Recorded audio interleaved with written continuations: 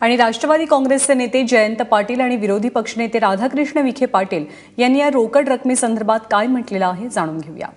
नरेंद्र मोदींच्या सरकारने नोटाबंदी केल्यावर धनिकांच्या विरोधात, भ्रष्टाचाराच्या विरोधात, 2 नंबरचे धंदे करणाऱ्यांच्या विरोधात ही नरेंद्र मोदींचं पाऊल आहे असं देशात मानलं जात होतं।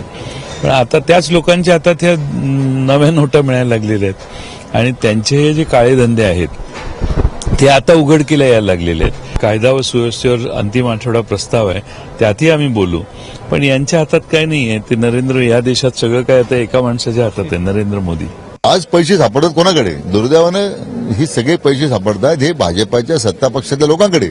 म्हणजे एक सामान्य लोकांना 2400 रुपये मिळाले तयार नाही बँकेमध्ये, यांचे 10 कोटी 5 कोटी रुपये कुठे घेऊन चाललेत। म्हणजे आता असा प्रश्न आहे की कुठे नेऊन ठेवला महाराष्ट्र माझा, या लोकांनी असा प्रश्न विचारण्याची वेळ आलेली आहे।